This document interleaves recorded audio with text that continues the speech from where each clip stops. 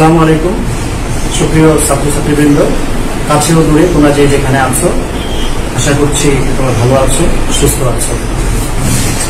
আমি ডক্টর মোহাম্মদ হারিসুদ্দিন, সিরাজগঞ্জ সরকারি কলেজ রাষ্ট্রবিজ্ঞান বিভাগের সহকারী অধ্যাপক। আজকের এই অনলাইন ক্লাসে পরিণতি ও সুশাসন বিষয়ে ক্লাসে তোমাদের সবাইকে স্বাগত জানাচ্ছি। তোমরা দীর্ঘদিন বৈশ্বিক মহামারী করোনার কারণে ক্লাস থেকে বঞ্চিত হচ্ছ, ক্লাস কার্যক্রম স্থগিত, শিক্ষা প্রতিষ্ঠান বন্ধ হয়ে আছে এবং ঘরে আছো। ফলে আমরা আশা করব যে তোমরা ঘরে বসে তোমাদের স্বাভাবিক যে পাঠ কর্মসূচি, পড়ালেখার যে কার্যক্রম সেটা তোমরা কন্টিনিউ করবা এবং তোমাদের যে ক্লাসের না হওয়ার কারণে তোমাদের যত ক্ষতি হয়েছে তোমরা সেটা পুষিয়ে নেওয়ার চেষ্টা করবে। তো আমরা অনলাইনে ক্লাস শুরু হয়েছে আমাদের কলেজে। আমরা পর্যায়ক্রমে সবগুলো বিষয়ের উপরে ক্লাস হবে। আমি পরিণতি এবং সুশাসন এই বিষয়ের সপ্তম অধ্যায় অর্থাৎ সরকার কাঠামো, ওইটি নিয়ে আজকে তোমাদের সাথে আমি আলোচনা করব। তো তোমরা জানো যে আমাদের একাদশ এবং দ্বাদশ শ্রেণীর যে সিলেবাস, সেই সিলেবাসের আমরা ফার্স্ট ইয়ারে প্রথম পত্র এবং দ্বিতীয় পত্র দুইটা থেকেই আমরা পাঠদান করে থাকি এবং দ্বাদশ শ্রেণীতে যে আমরা যে বাকি যে অংশটুকু অর্থাৎ ফার্স্ট পার্ট এবং সেকেন্ড পার্টে যে বাকি অংশটুকু সেটা আমরা পাঠদান করে থাকি। তো সরকার কাঠামো এটা হচ্ছে প্রথম পত্রের সপ্তম অধ্যায়। আজকে এই বিষয়টা নিয়ে আমি তোমাদের সাথে আলোচনা করব। তো আমার এই মূল আলোচনায় যাওয়ার আগে আমি করোনা বিষয়ক কিছু কথা তোমাদেরকে বলতে চাচ্ছি। তোমরা অলরেডি জানো যে করোনা বৈশ্বিক মহামারীর কারণে সারা পৃথিবী স্থবির হয়ে আছে এবং সারা পৃথিবীর সকল দেশের শিক্ষা প্রতিষ্ঠান বন্ধ হয়ে আছে, কলকারখানা উৎপাদন বন্ধ হয়ে আছে, মানুষ মোটামুটি লকডাউনের কারণে ঘরে বন্দি অবস্থায় আছে। তোমরা জানো যে এই পরিস্থিতিতে সারা পৃথিবীতে একটি ভীতিকর পরিস্থিতি তৈরি হয়েছে, যে কারণে আমরা একটা আনইউজুয়াল সিচুয়েশন এখন অতিক্রম করছি। তো তোমরা জানো যে প্রথম করোনা ভাইরাস যেটা কোভিড-19 হিসাবে বিশ্ব স্বাস্থ্য সংস্থা চিহ্নিত করেছে, এটি প্রথম চিহ্নিত হয় চীনের উহান প্রদেশে। এটা 2019 সালের ডিসেম্বর মাসে এবং তার পরবর্তীতে দ্রুত সারা পৃথিবীতে ছড়িয়ে পড়ে এবং বাংলাদেশে মার্চের ফার্স্ট উইকে করোনা আক্রান্ত রোগী চিহ্নিত হয় এবং তোমরা জানো যে এর ফলশ্রুতিতে মার্চের মধ্যে এসে শিক্ষা প্রতিষ্ঠানগুলো বন্ধ ঘোষণা করা হয় এবং মার্চের লাস্ট উইকে যে সারা বাংলাদেশে লকডাউন এবং ছুটি ঘোষণা করা হয়। তো এই পরিস্থিতিতে আমরা এখন ঘরে বন্দির অবস্থায় আছি।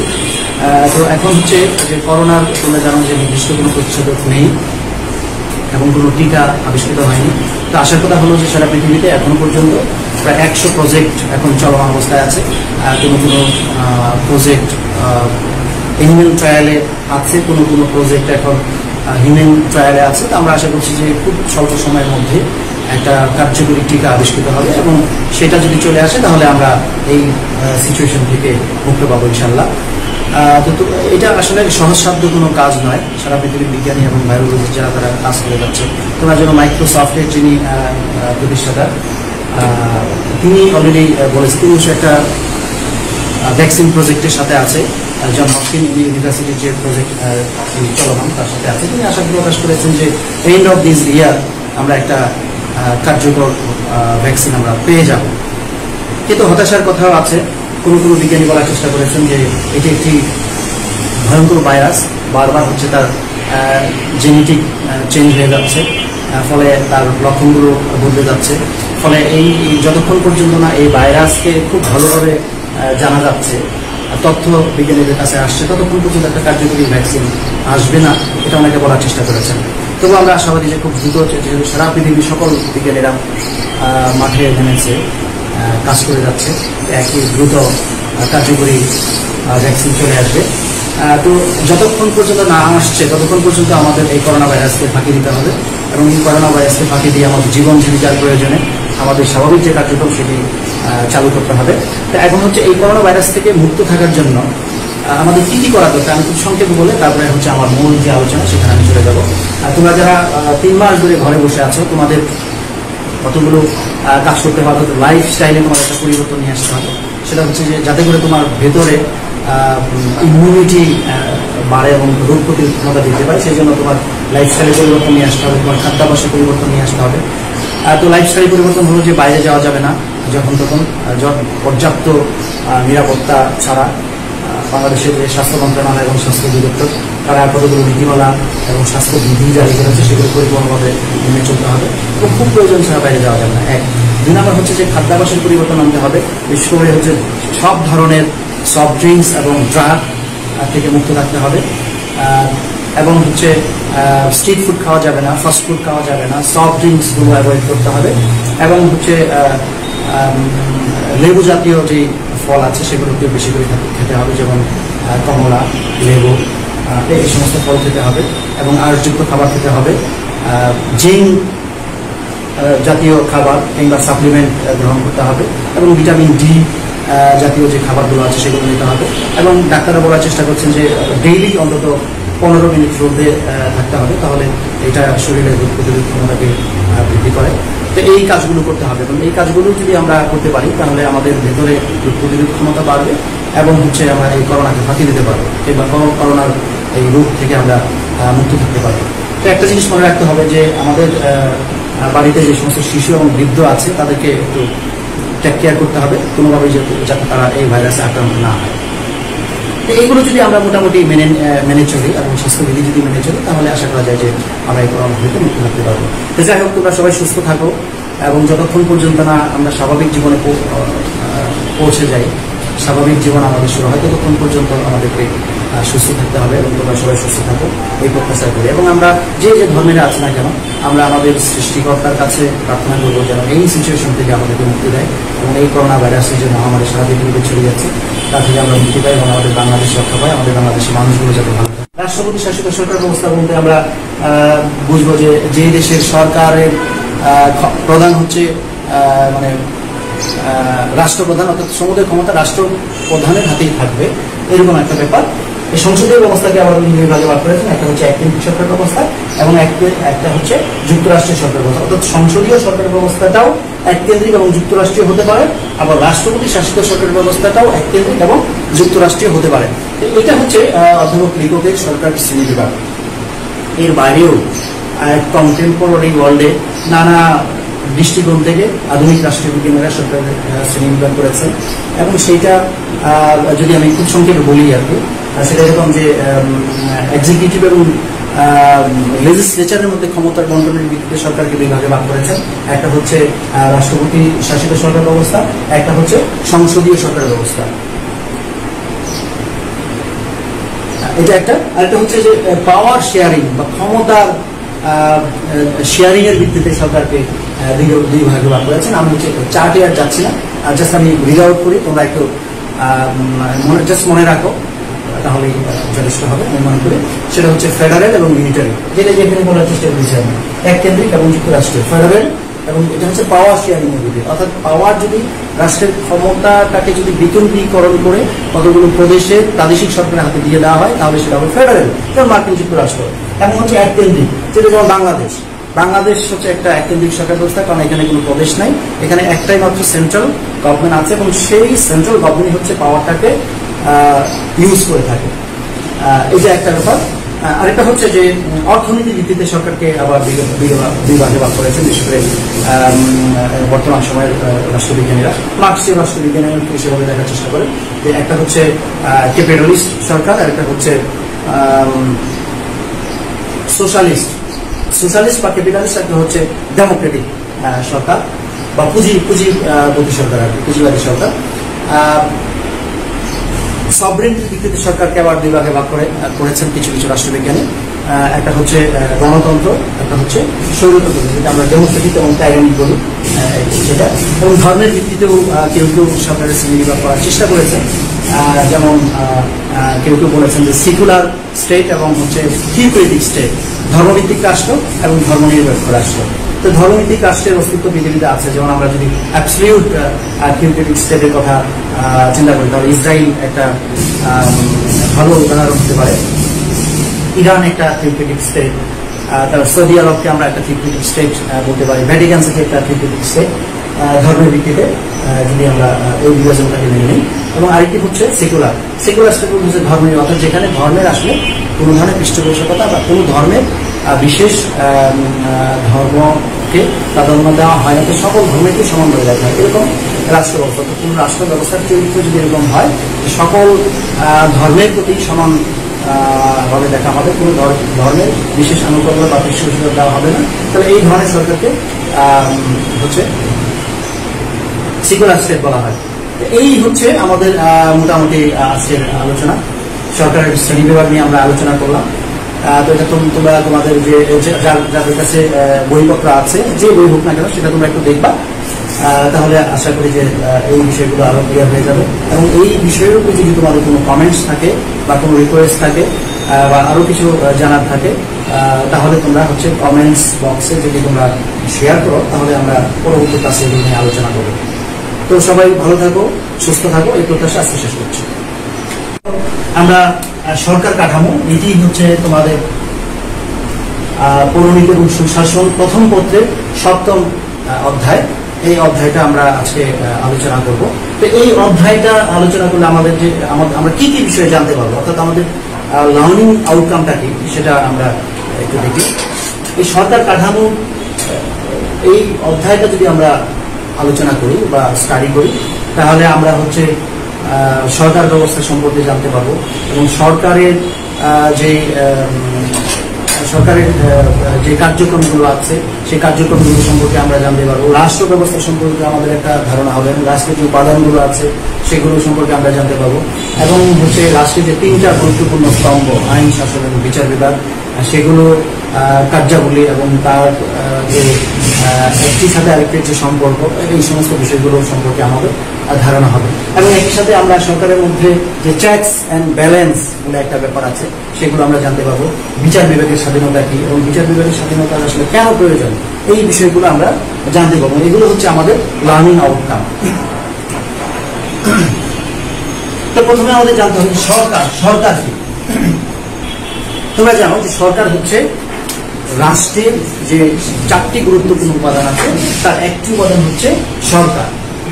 তাহলে এখন প্রশ্ন আসতে পারে, তাহলে রাষ্ট্র কি? রাষ্ট্র হচ্ছে একটা বৃহৎ রাজনৈতিক প্রতিষ্ঠান। তোমরা জানো যে আমরা জানি যে রাষ্ট্রবিজ্ঞানের যে গুরু এরিস্টটল, সে একটা কথা বলেছে, তার বিখ্যাত বই দ্য পলিটিক্স, সেখানে সে এটা বলেছে, রাষ্ট্র সম্পর্কে ধারণা দিয়েছে এবং অনেকগুলো বিষয় উনি এখানে অবতারণা করেছেন। এবং তিনি বলেছেন যে রাষ্ট্র হচ্ছে একটি রাজনৈতিক প্রতিষ্ঠান। যে বা যারা রাষ্ট্রে বা সমাজে বসবাস করে না, সে হয় দেবতা না হয় পশু। ইংরেজিতে তিনি বলেছেন যে the man who does not live in society either beast or god. তো সুতরাং রাষ্ট্র হচ্ছে একটা রাজনৈতিক প্রতিষ্ঠান, এবং কোনো মানুষ এই রাষ্ট্রের বাইরে নিজেকে চিন্তা করতে পারে। ইংরেজিতে একটা কথা আছে, nobody against the state, beyond the state and above the state. অর্থাৎ রাষ্ট্রের বাইরে কেউ নয়, রাষ্ট্রের বিরুদ্ধে কেউ নয়, এবং রাষ্ট্রের ঊর্ধ্বেও কেউ নয়। তো সুতরাং রাষ্ট্র হচ্ছে একটা বৃহৎ রাজনৈতিক প্রতিষ্ঠান। এবং এই রাষ্ট্র সম্পর্কে এরিস্টটল বলেছে যে এই রাষ্ট্রটা হচ্ছে পরিবারের এবং সমাজের একটি সম্প্রসারিত রূপ ছাড়া আর কিছুই নয়। অর্থাৎ এটা বৃহৎ একটা প্রতিষ্ঠান। এবং এই রাষ্ট্র নিয়ে নানা ধরনের বিশ্লেষণ আছে, নানা ধরনের স্কুল অফ থট আছে, এবং এর ব্যাখ্যা আছে। যেমন হচ্ছে রাষ্ট্রের ধ্রুপদী ব্যাখ্যা আছে, মার্ক্সীয় ব্যাখ্যা আছে, তারপর হচ্ছে উদারনৈতিক ব্যাখ্যা আছে।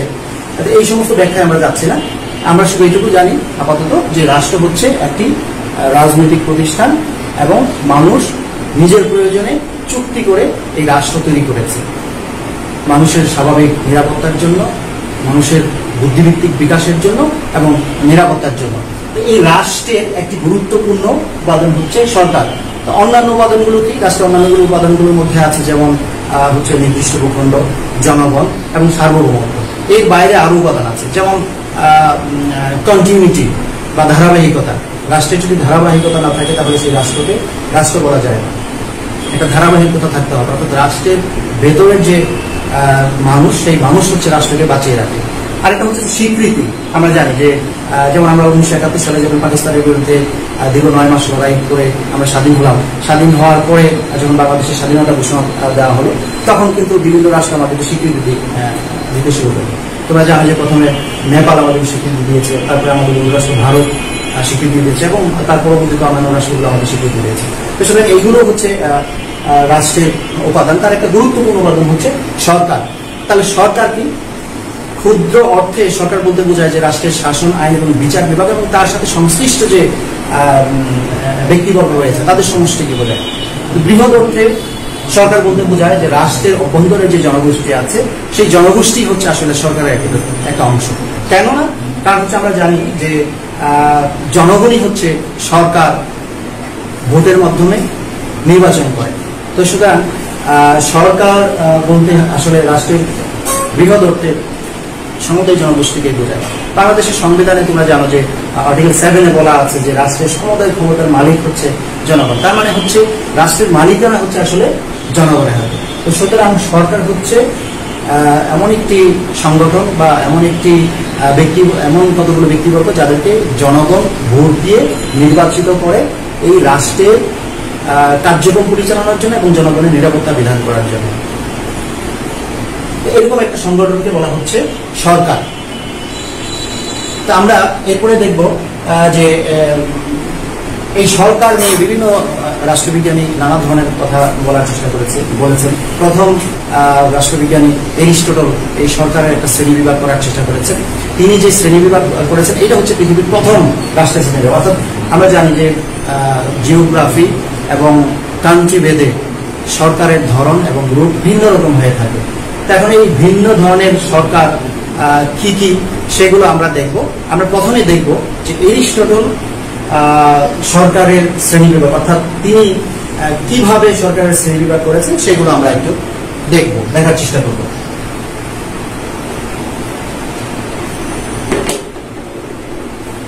আমরা যদি একটা গ্রাফের মাধ্যমে দেখানোর চেষ্টা করি যে সরকার কাঠামোটাকে এরিস্টটল কিভাবে দেখিয়েছেন, তাহলে মানে গ্রাফটা এরকম হতে পারে।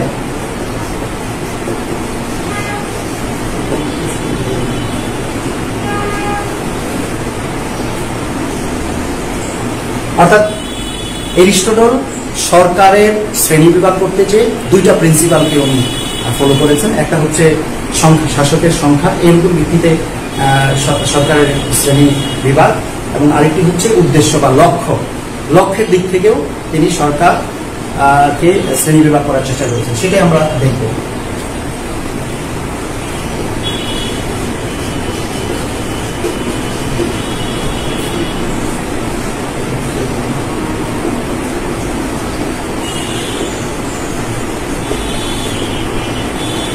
সংখ্যানীতি এবং উদ্দেশ্য নীতি। সংখ্যার ভিত্তিতে সরকারকে তিনি 3 ভাগে ভাগ করেছেন। একটা হচ্ছে একজনের শাসন,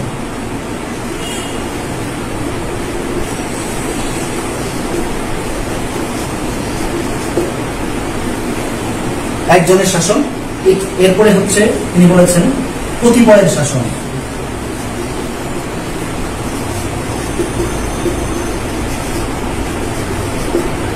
আরেকটা হচ্ছে বহুজনের শাসন।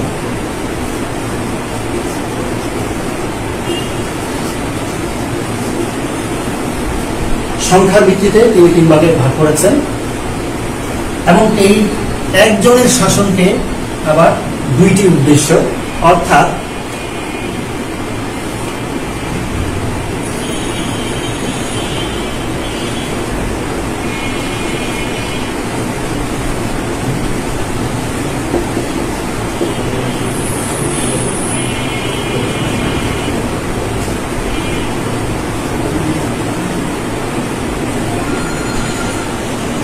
সরকারের স্বাভাবিক রূপ এবং বিকৃত রূপ, এই 2টি ক্যাটাগরিতে উনি ভাগ করেছেন।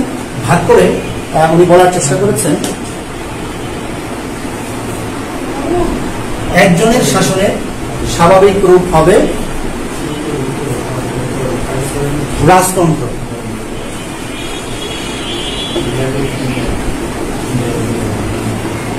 রাজতন্ত্র এর বিকৃত রূপ হবে স্বৈরতন্ত্র।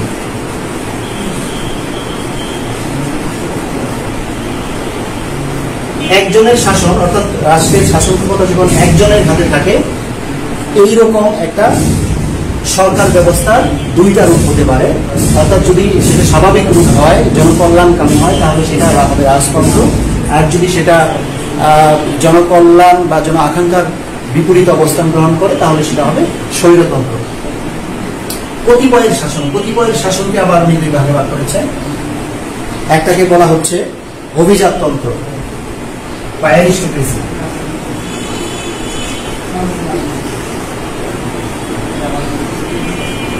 অভিজাততন্ত্র, এইটার বিকৃত রূপ হবে কুলীনতন্ত্র।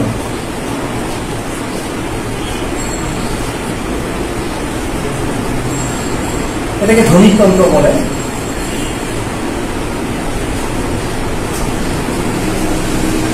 ধনিকতন্ত্র। এবার বহুজনের শাসন, বহুজনের শাসনকে আবার দুই ভাগে ভাগ করেছেন। একটা হচ্ছে পলিটি, এর বিকৃত রূপ হচ্ছে গণতন্ত্র।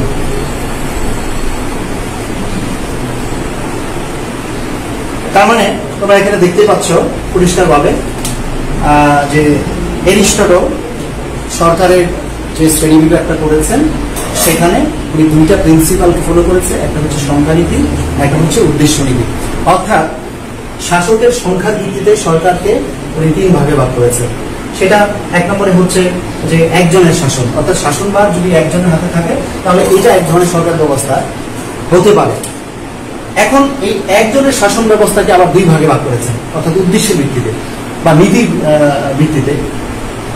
একটা হচ্ছে স্বাভাবিক রূপ আর একটা হচ্ছে বিকৃত রূপ।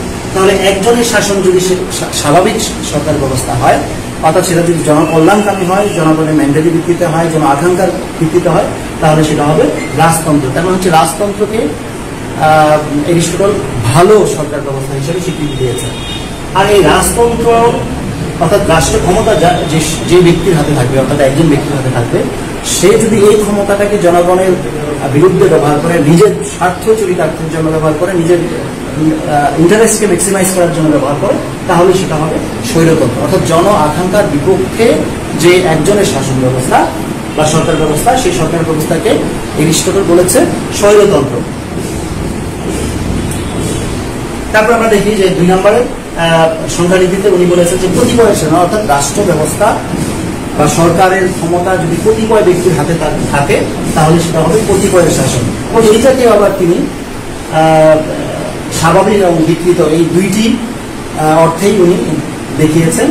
এর স্বাভাবিক অর্থাৎ কতিপয় ব্যক্তির শাসনের স্বাভাবিক রূপ, অর্থাৎ জনকল্যাণকামী যে সরকার, সেটা হবে অভিজাততন্ত্র বা অ্যারিস্টোক্রেসি। এবং অর্থাৎ কতিপয় ব্যক্তির হাতে ক্ষমতা, সেই কতিপয় ব্যক্তি তাদের সেই ক্ষমতাটা নিজেদের স্বার্থ ম্যাক্সিমাইজের জন্য নয়, বরং জনকল্যাণের জন্য, রাষ্ট্রের কল্যাণের জন্য, ম্যাক্সিমাম মানুষের কল্যাণের জন্য সেই ক্ষমতাটা ব্যয় করবে। এই ধরনের একটা সরকারকে বলা হচ্ছে, এরিস্টটল বলেছেন, অভিজাততন্ত্র। এবং এর বিপরীত অর্থাৎ তার বিকৃত যে রূপটি, সেটা হচ্ছে কুলীনতন্ত্র বা ধনিকতন্ত্র। অর্থাৎ ধনী কতিপয় ব্যক্তির হাতে ক্ষমতা, সেই ক্ষমতা রাষ্ট্রের জনকল্যাণে ব্যয় না হয়ে সেই ক্ষমতাটা ব্যয় করা হচ্ছে কতিপয় ব্যক্তি, অর্থাৎ যারা ক্ষমতায় আছে তাদের স্বার্থে। এই যে একটি সরকার ব্যবস্থা। আর তিন নম্বরে যেটা আমরা দেখছি, সেটা নিশ্চিত বলেছে যে বহুজনের শাসন, অর্থাৎ রাষ্ট্রের শাসন ক্ষমতা যদি অনেকের হাতে থাকে, বহুজনের হাতে থাকে, বহু ব্যক্তি গোষ্ঠীর হাতে থাকে, তাহলে সেটা হবে বহুজনের শাসন। আবার এই শাসনটাও তিনি দুই ভাগে ভাগ করেছেন, একটা হচ্ছে সরকারের স্বাভাবিক রূপ, একটা হচ্ছে বিকৃত রূপ। তাহলে সরকারের স্বাভাবিক রূপ যেটা, সেটাকে উনি বলছেন পলিটি,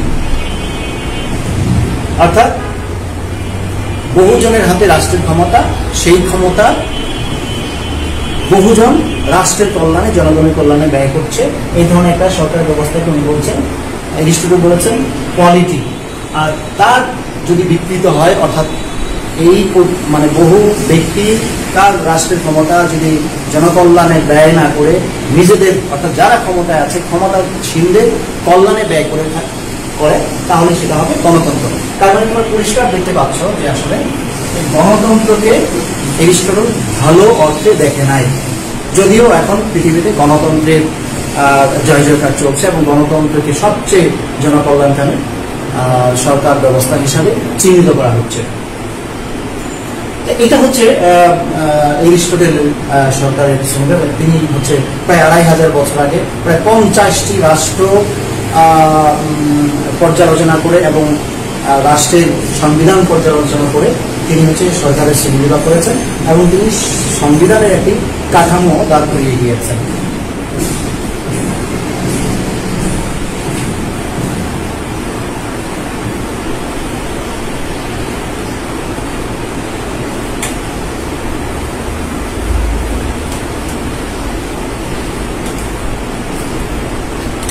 এর পরবর্তীতে সময়ে আমরা জানি যে বহু রাষ্ট্রবিজ্ঞানী সরকার কাঠামো নিয়ে কাজ করেছেন এবং তারা সরকারের নানা দৃষ্টিকোণ থেকে, ক্ষমতা বিভাজনের দৃষ্টিকোণ থেকে, তারপর হচ্ছে সার্বভৌমত্বের দৃষ্টিকোণ থেকে, তারপরে হচ্ছে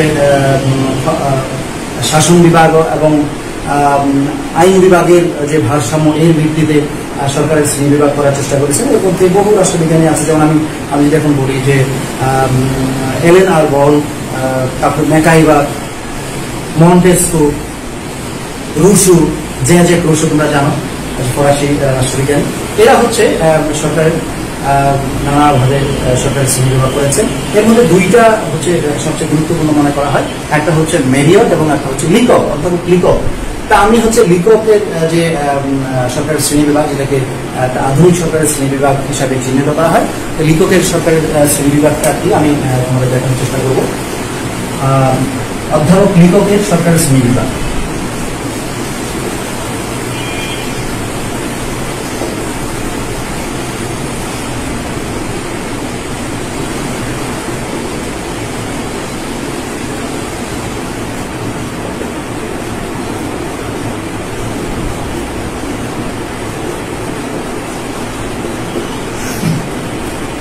অধ্যাপক লিকক ক্ষমতার ভিত্তিতে, অর্থাৎ ক্ষমতা শেয়ারিং এর ভিত্তিতে বা ক্ষমতাটা তার হাতে থাকবে এরকম একটা প্রিন্সিপালকে ধরে নিয়ে তিনি সরকারের শ্রেণী বিভাগ করার চেষ্টা করেছেন।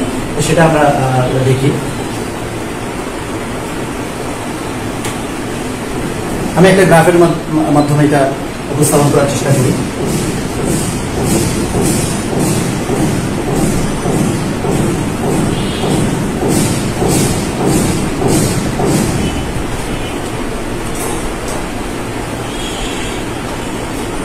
সরকারকে প্রথমত তিনি দুই ভাগে ভাগ করেছেন।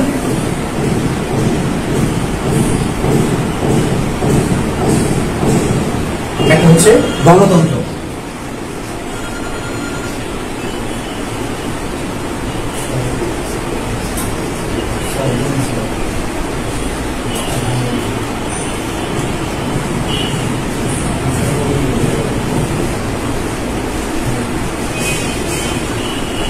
স্বৈরতন্ত্র। অধ্যাপক লিকক প্রথমত সরকারকে দুই ভাগে ভাগ করেছেন, একটা হচ্ছে গণতন্ত্র, একটা হচ্ছে স্বৈরতন্ত্র। গণতন্ত্রকে তিনি আবার দুই ভাগে ভাগ করেছেন।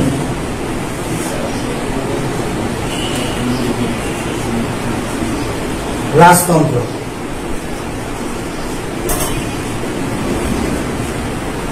নিয়মতান্ত্রিক রাজতন্ত্র, নিয়মতান্ত্রিক রাজতন্ত্র,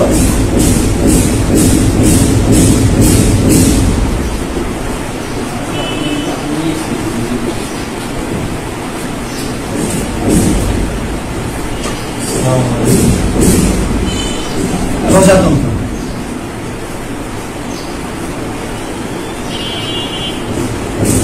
প্রজাতন্ত্র বা রিপাবলিক। তোমরা জানো যে বাংলাদেশের যে সংবিধান, সেই সংবিধানের নাম হচ্ছে পিপলস রিপাবলিক অফ বাংলাদেশ, এবং রিপাবলিকের অনুবাদ করা হয়েছে প্রজাতন্ত্র।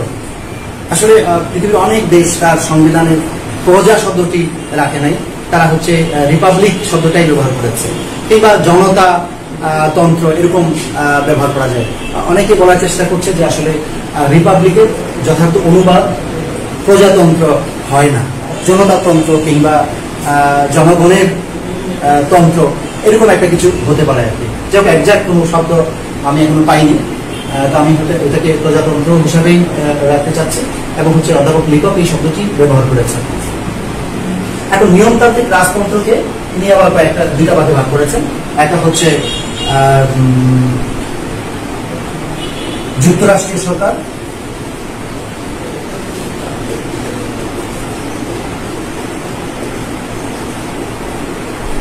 এবং আরেকটি হচ্ছে এককেন্দ্রিক সরকার।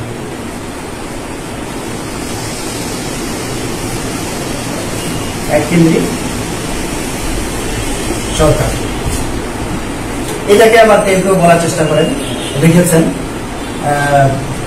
সংসদীয় সরকার।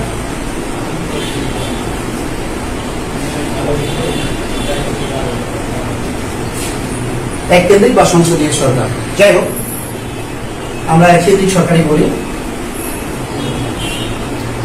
প্রজাতন্ত্র, এই প্রজাতন্ত্রকে উনি আবার দুই ভাগে ভাগ করেছেন।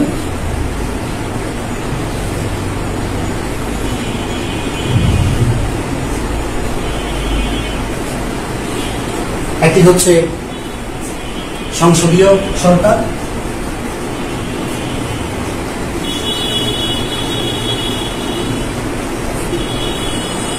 আরেকটি হচ্ছে রাষ্ট্রপতি শাসিত সরকার।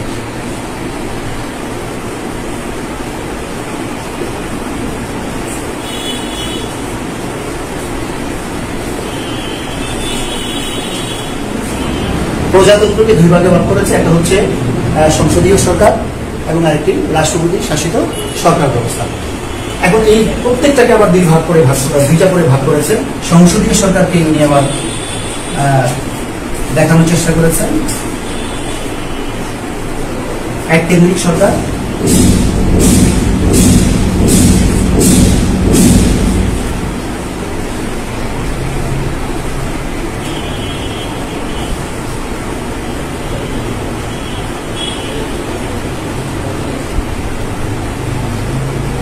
যুক্তরাষ্ট্রীয় সরকার এবং রাষ্ট্রপতি শাসিত সরকারকেও ঠিক একইভাবে তিনি ভাগ করেছেন।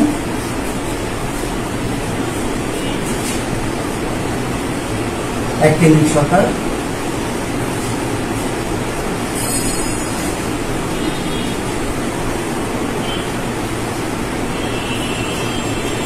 যুক্তরাষ্ট্রীয় সরকার।